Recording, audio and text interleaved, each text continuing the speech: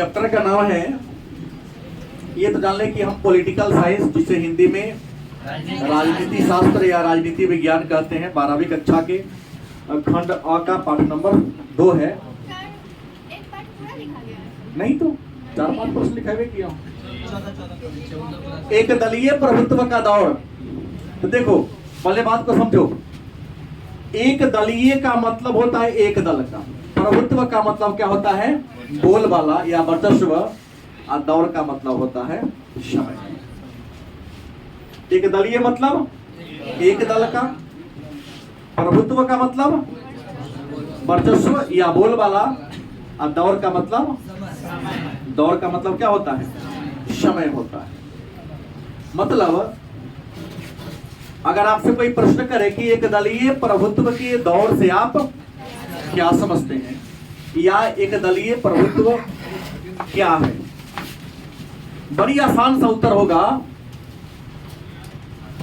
कि वैसी स्थिति जब किसी देश के राजनीति में अनेक सारे राजनीतिक दल हो, लेकिन सत्ता में केवल और केवल एक ही राजनीतिक दल का वर्चस्व हो या बोलबाला हो, तो उसे हम एक दलीय प्रभुत्व का दौर कहते हैं।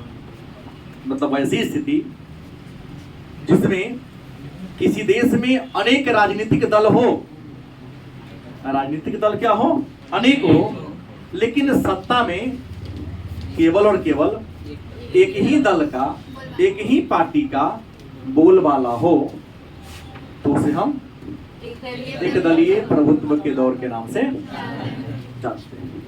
कोई दिक्कत? अब देखिए, संसार में शासन के रूप की बात करें, किसकी बात करें, शासन के रूप की बात करें, तो मेरे ख्याल से संसार में शासन के 5 रूप हैं। शासन के कितने रूप हैं? 5 रूप हैं। नंबर 1 लोकतंत्र, इसे हम जनतंत्र और प्रजातंत्र के नाम से भी जानते हैं। दूसरा है राजतंत्र, तीसरा है गणतंत्र, चौथा है कुलीन तंत्र, और 5वां है अधिनायक तंत्र कहिए तब, या सैनिक शासन कहिए, कोई अंतर नहीं। तो संसार में शासन के कितने रूप हैं? 5 रूप हैं। शासन के कितने रूप हैं? पहला कौन है? लोकतंत्र का 2 और नाम है, जनतंत्र और लोक माने जनता, तंत्र माने शासन, प्रजा मत, जन माने भी जनता, तंत्र माने शासन, और प्रजा का मतलब ये होता है जनता, तंत्र माने होता है शासन। गलत है सही? तो लोकतंत्र, जनतंत्र और प्रजातंत्र शासन का एक रूप है।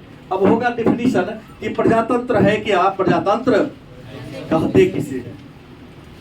बड़ी आसान डिफिनीशन है। प्रजातंत्र शासन का वह रूप है जिसमें जनता के द्वारा चुना गया प्रतिनिधि जनता पर शासन करता है।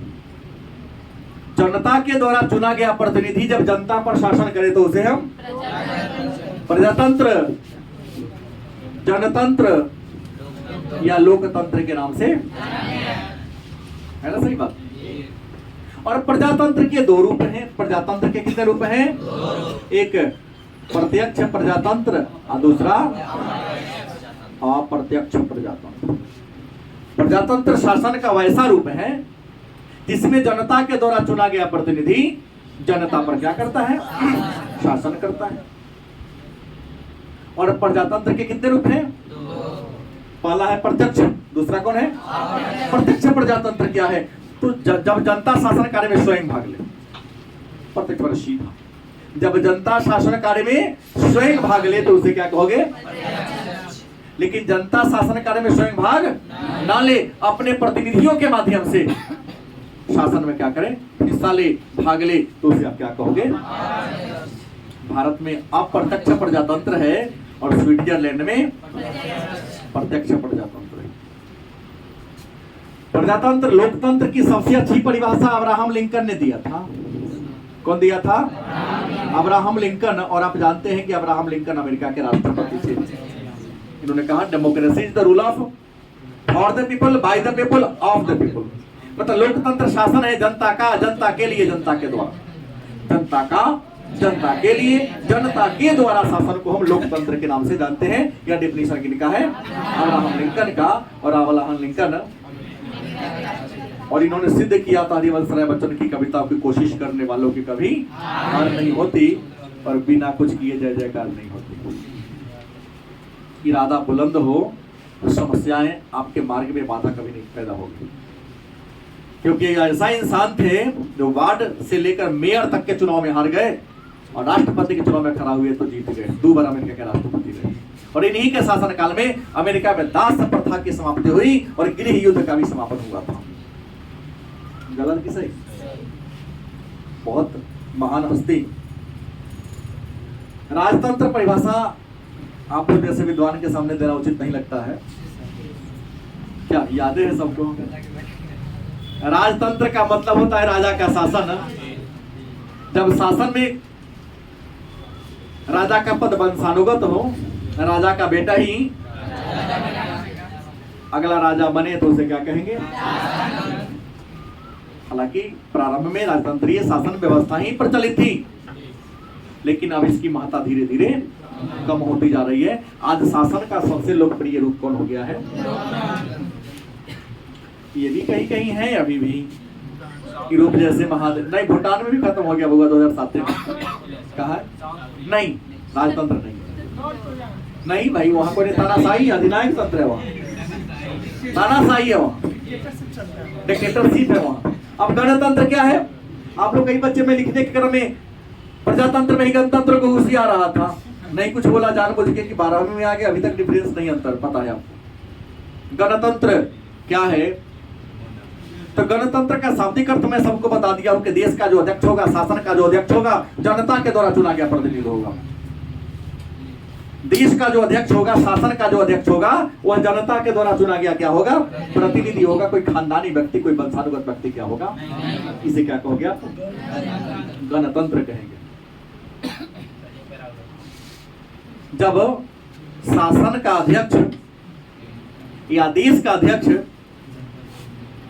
जनता के द्वारा निर्वाचित प्रतिनिधि हो, कोई खानदानी व्यक्ति, उसे क्या कहेंगे? और भारत गणतंत्र कब हुआ?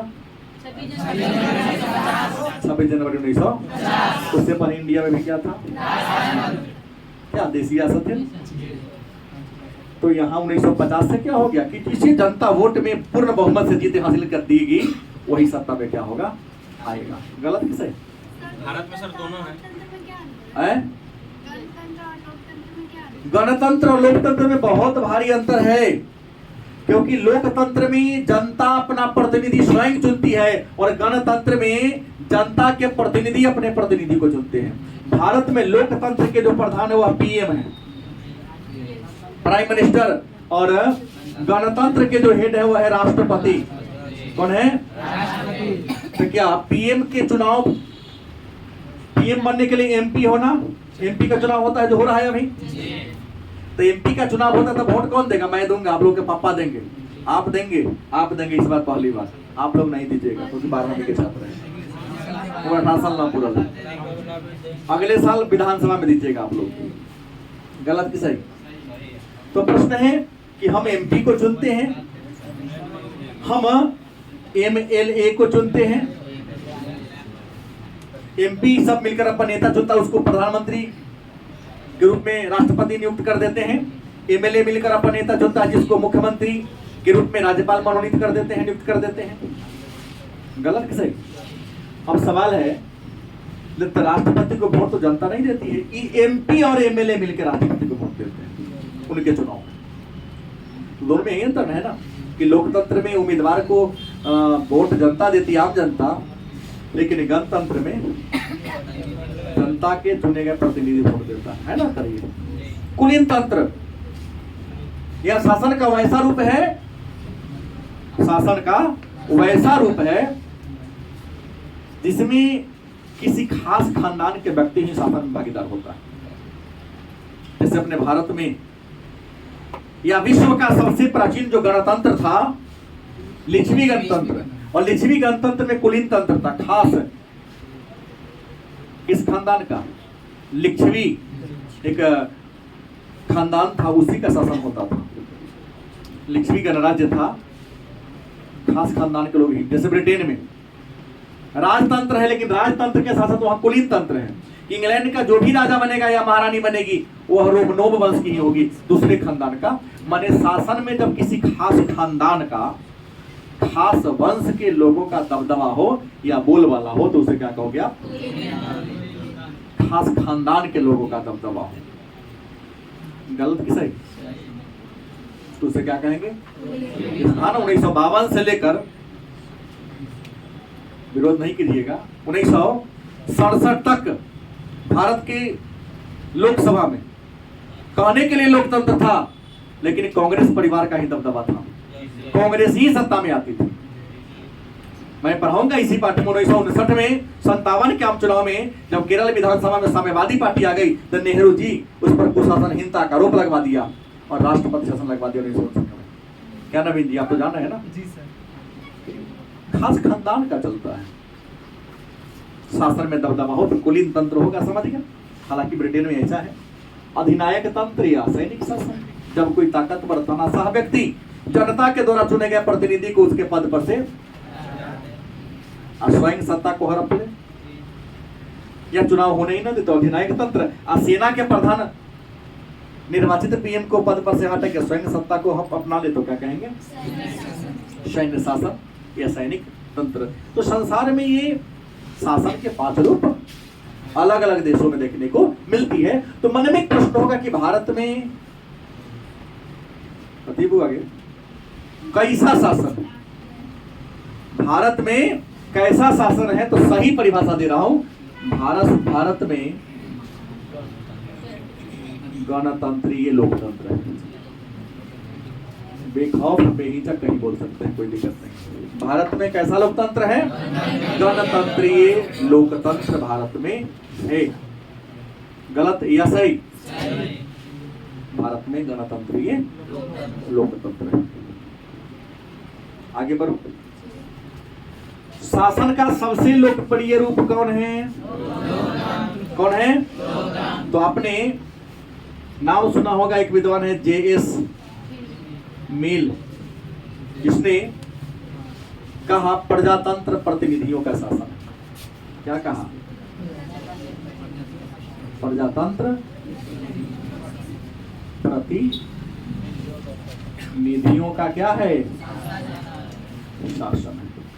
प्रजातंत्र प्रतिनिधियों का शासन है। किसने कहा? कौन कहा? जेम्स स्टुअर्ट मिल पूरा नाम है। J.S. मिल ने क्या कहा कि प्रजातंत्र किसका शासन है? प्रतिनिधियों। माने प्रजातंत्र में जनता के प्रतिनिधि शासन को चलाते हैं। हमारे प्रतिनिधि विधायक है, MP है, और वो अपन PM और CM को चुन लिया है। गलत कि सही? तुम्हारे गांव के जो मुखिया जी है केकर प्रतिनिधि है? हम लोग के है ना, क्योंकि हमने वोट पे दे के चुना है उनको। तो प्रजातंत्र किसका शासन है? क्योंकि हम प्रतिनिधि चुनते, वह प्रतिनिधि हम पर। एक और विद्वान है जिनका नाम होगा सर हेनरी मेन। क्या नाम है? Sir Henry main. इन्होंने कहा कि लोकतंत्र लोकप्रिय शासन है। क्या कहा? लोकतंत्र लोकप्रिय क्या है? अब प्रश्न 2 नंबरी पूछ सकता है दोनों कि प्रजातंत्र प्रतिनिधियों का शासन है कैसे? तो बड़ी आसान उत्तर होगा कि प्रजातंत्र प्रतिनिधियों का शासन है, क्योंकि प्रजातंत्र में प्रजा के द्वारा चुना गया प्रतिनिधि प्रजा पर राज करता है। पॉलिटिकल साइंस जितना तार्किक प्रश्न पूछता है ना, अगर पूरा किताब को ईमानदारी से कॉपी को नहीं पढ़ोगे तो कैसे न टकराएगा, सब कहता है। लेकिन पीछे ये रीजन है, प्रजातंत्र प्रतिनिधियों का शासन है, क्योंकि प्रजातंत्र में प्रजा के द्वारा चुना गया प्रतिनिधि प्रजा पर, इसलिए प्रजातंत्र को हम। फिर हेनरी मेन ने क्या कहा कि लोकतंत्र लोकप्रिय शासन है। भाई लोकतंत्र को हेनरी मेन ने लोकप्रिय शासन नाम क्यों दिया? तो सर हेनरी मेन ने लोकतंत्र को लोकप्रिय शासन इसलिए कहा क्योंकि लोकतंत्र में चुनाव में बहुत लोग खड़ा होते हैं, लेकिन जीतता वही है जो लोकप्रिय होता है, फेमस होता है, जनता के प्रिय होता है। पैसा बांट देने से सब जीत जाता तो मुकेश अंबानी कहिया पीएम बन गया रहता। बहुत ऐसे ऐसे लोग हैं जो पैसा वाले हैं लेकिन चुनाव में हार जाते हैं। पैसा के साथ साथ लोकप्रियता भी आपकी होनी, जनता में आपके नाम की चर्चा होनी। तो लोकतंत्र लोकप्रिय शासन है, मतलब लोकतंत्र में वही उम्मीदवार चुनाव में विजय या जीत हासिल करता है तो जनता के बीच क्या होता है, लोकप्रिय होता है। तो आज इतना ही पर छोड़ते हैं, फिर आगे की चर्चा ऐसे ही धीरे धीरे हम लोग सोमवार को करेंगे।